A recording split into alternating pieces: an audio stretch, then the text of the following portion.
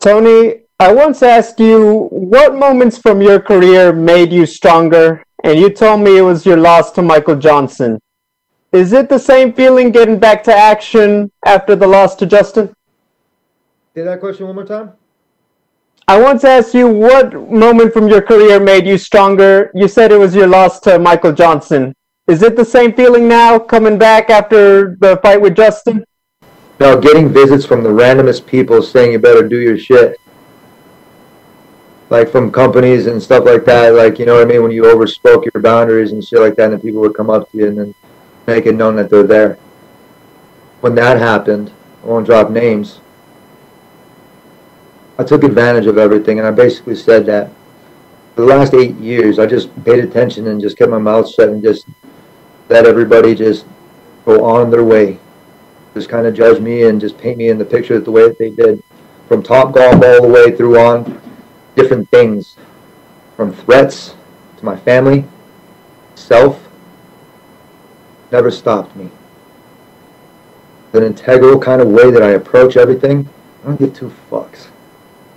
Got to the point where my effort and my consistency with my company has shown from the way I bleed to the way I go out and represent myself and how I come.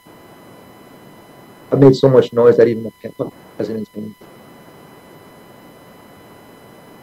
I've gotten targeted from people, paradigm all the way through to everything, and I've gotten word from people that have supported others in saying, like, yes, you were targeted. Nobody spoke up. You know what that does to a guy? Got a whole bunch of bullshit that my life has made me who I am today. Where I am in my life right now, gotten to the point where I feel completely naked. I've opened my doors, I've opened my windows, and I've allowed myself to be open to the world. That way people can see. Everybody's going to paint me in that picture of how they always wanted to do. But for those 8 years, it was a facade. I was to see who was really connected. For the people that have my back to see. Overview. This is where we're at today. I have UFC 256. I'm the co-main event. Nobody spoke up for me to get a title fight. A 12-fight win streak. Years in the making. What did I do wrong? What did I do wrong? Step on somebody's toes? Did I speak up for myself? I was so bad, right? And this is funny to me. This is funny to my family. I come from a background too where humility been instilled into me. Grew up around my pops, around people with autism, Down syndrome, and guys that thought they were fucking 12 years old that were really. Grew up around that. I've always situated myself around people that were always were hurting. I don't know why I do it, but it happens naturally. The hoopla and the media and everything and all. Never have I said it once. The media wants to run with stupid shit and they want to say, but you know what? I'm represent my country. Doesn't even have a name. I felt the same lot. Fucking Motley Crue, but make it work. Done as I've earned my way to victory now. John Shelby saying, the person that comes through your academy and that works and trains with you can give him a shot in the UFC. Thick and thin through everything I've ever been with my company. Something to show about. Especially during COVID times when people stayed. It happened with man. Love and the love that I have for the sport and the passion that buddy. Respect you to him. Well, there's still left. Still juice left. Coming this weekend, UFC 256. You guys are gonna see not a new me. Metaphors and similes. Go out there and just represent. Gotten rid of all the toxicity of energy that bestowed on me. Integrity and God, my witness. We'll go out there and I'll.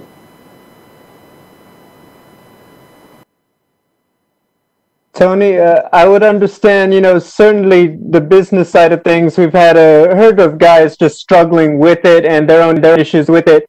I would like to say, though, when you were added to this card on short notice, a lot of people got excited about it. They got excited to see you, and you bring in the people because they're ready to see El Kukui. So my question is, this is still a big fight. You know that business side of things, the big names in the future, all of that is going to be part of the equation. How much is this about finally fighting those guys, but then how much of it is just doing business your own way? It's not about doing business, man. It's a family. Family sticks together.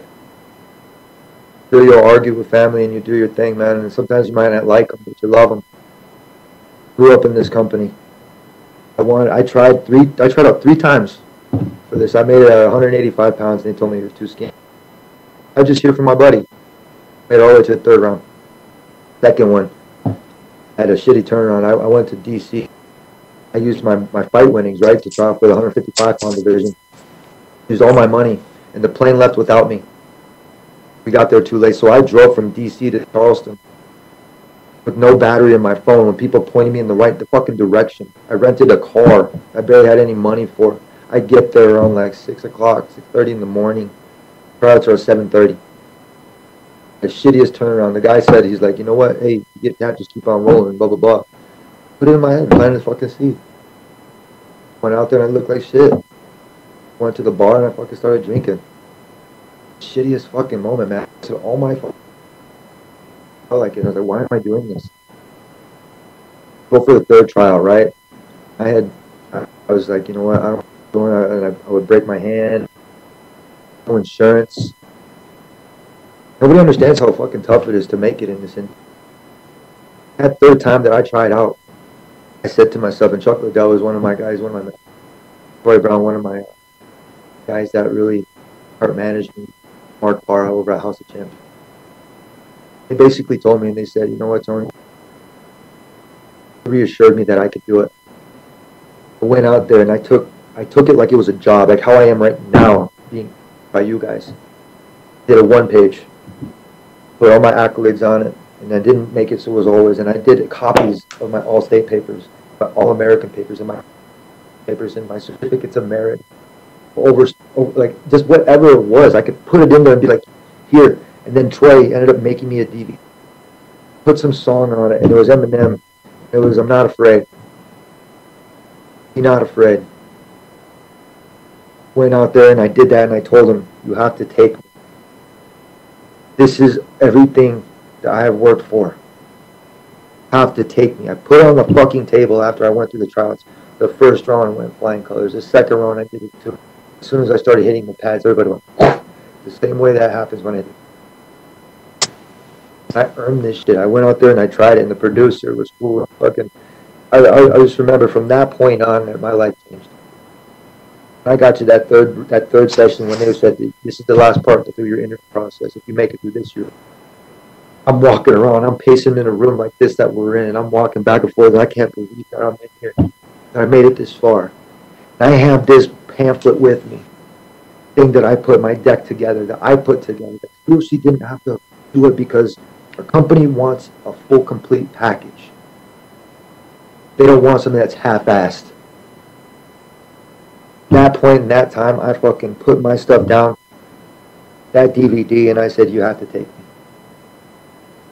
Fucking went through the paper with them, and I put accolade after point. Reference after reference. My references go far beyond what you... Dang, even Gable is one of the guys that is one of my mentors that I work with. I'm getting grandfathered in within the wrestling community. At wrestling match, Adam Dummy, all these different things. it's an incredible thing because I've never,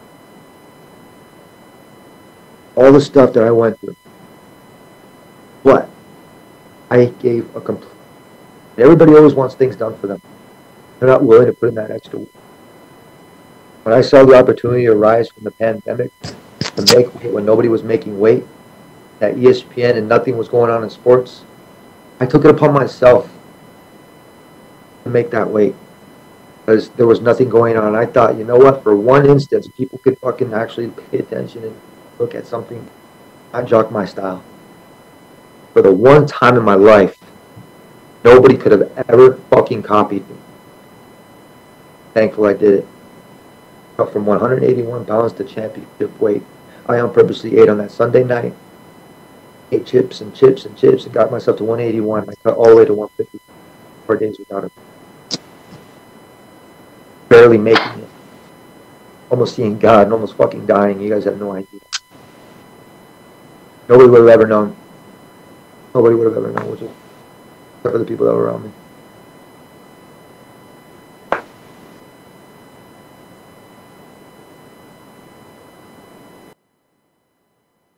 Well, I understand, Tony, and I appreciate your time. Thank you.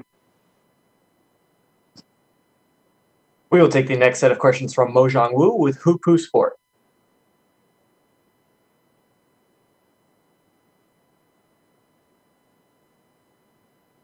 Mojang, please go ahead. Okay, we will move on. We will take our next set of questions from Danny Segura. Hey Tony, we heard that previously the UFC was trying to book you with Michael Chandler, and Chandler seemed to be interested in the fight. You didn't want to fight him. You accepted the fight with Oliveira, though. Can you? Whoa, motherfucker! Check this out. UFC said that Chandler had a fight, and then Chandler said that he didn't have a fight. Somewhere along the line, somebody was fucking lying. I'm sitting here telling you, get your fucking facts straight. That's why I'm asking. No, that's why you're not asking. You're asking the wrong question. You're asking other people. Oliveira is the only game opponent that wanted to fight. Doesn't want to fight. Poirier doesn't want to fight. McNuggets ran and Tiramisu's gone. Got these assholes that were going to fucking like put this guy's over top of me and want to move me back down to number 5. It happened before. I hate to say it, but matchmaking is like a logarithm. Found it, called it. Been with the company for 10 years. Yeah, and prior to the Gaethje defeat, obviously you were in a historic run, one of the best runs we've seen at lightweight. Do you think a win here over Oliveira puts you immediately back in title contention, and maybe you're up next? And that title's a wet dream.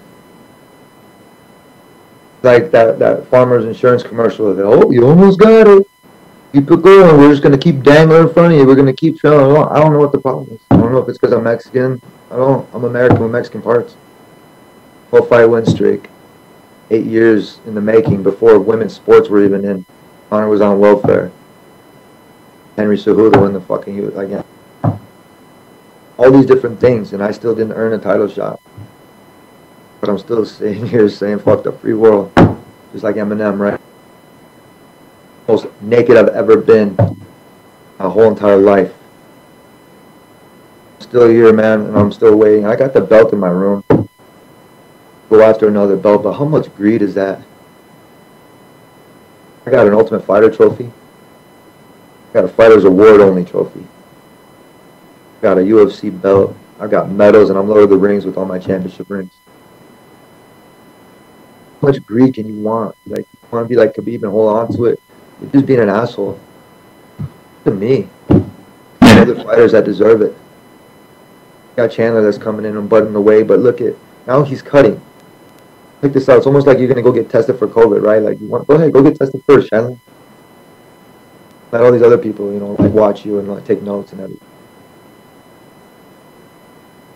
Yeah. Poirier, you got guys like Poirier, right? I'm trying to help him get a fight with myself, so that way the fans, my supporters, go and buy the fight, not illegally stream it, because anytime I fight, they buy it. What else they're doing on the other people's? But they know I work my ass off, and they're like, Tony, hopefully you're getting pay-per-view points, top points. Yeah,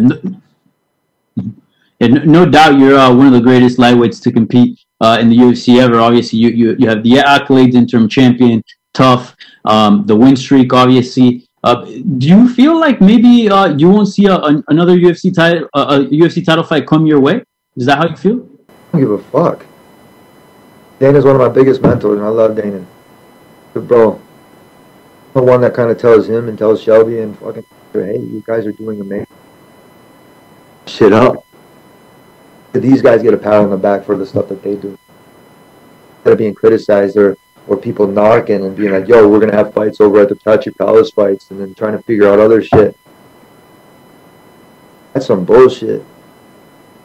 Guys are working their ass off trying to help us fighters, trying to help us pay our bills and help because they understand.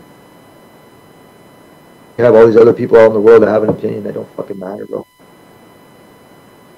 You're asking dumbass questions. Ask the right questions, you're going to get the right answers.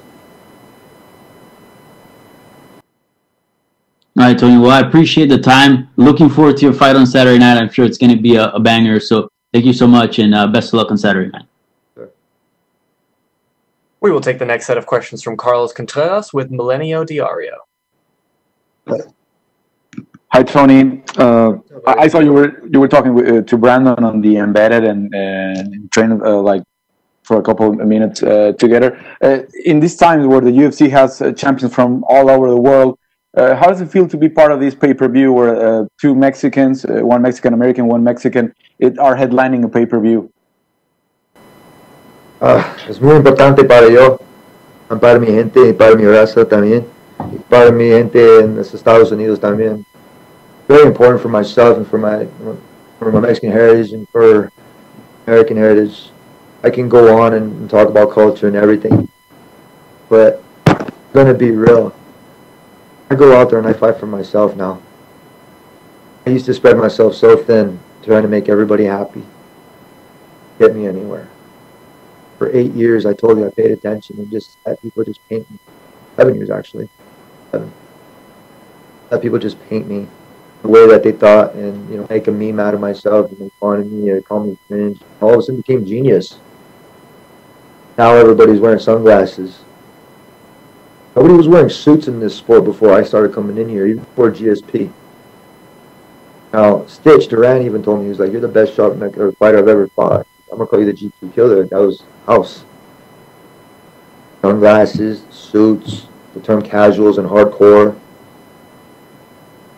I can go on and on for days, but the point of the matter is I'm not here for me and my close circle, which is my family, my faith, my family, my friends.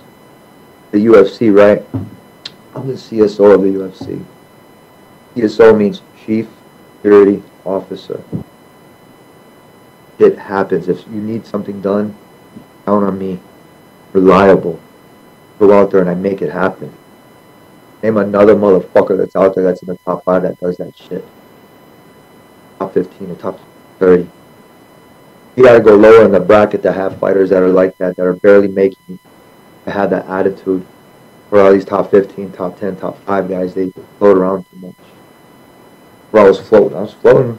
My mom always tells me, she's like, you know what, we're gonna tie you back down because you're not cool. Enjoy the process. And is hungry.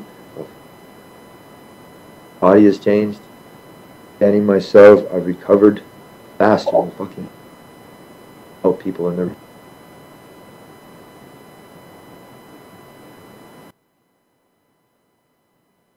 I know what you said about your close circle is the ones are that living the struggle with you of these training camps and cutting weight and everything. But at the end, I think everyone's gonna look at Tony Ferguson like really close to this Mexican American champion like Henry Cejudo, like Tito Ortiz, like Cain Velasquez. Where would you rank yourself at this point among these Mexican American champions that the UFC already had? Not on their level. Not on anybody's level. Or try to compare myself to anybody that's like me. Or that's the same color. Say I'm better than them. Because I come from a certain area where Somebody's on the ground, you pick them up and you dust them off and you send them on their way. Tell them it's going to be okay for another day. Hope. Because without that, what the fuck do we have? Bro, I am Mexican. I'm American. More along the line, it got stupid because the family wasn't from Mexico. I wasn't accepted, and I wasn't accepted as American. What the fuck is that? You gonna tell me I'm in limbo here? Nah, bitches. Everybody else is. And unplugged from the matrix. Everybody else is in limbo.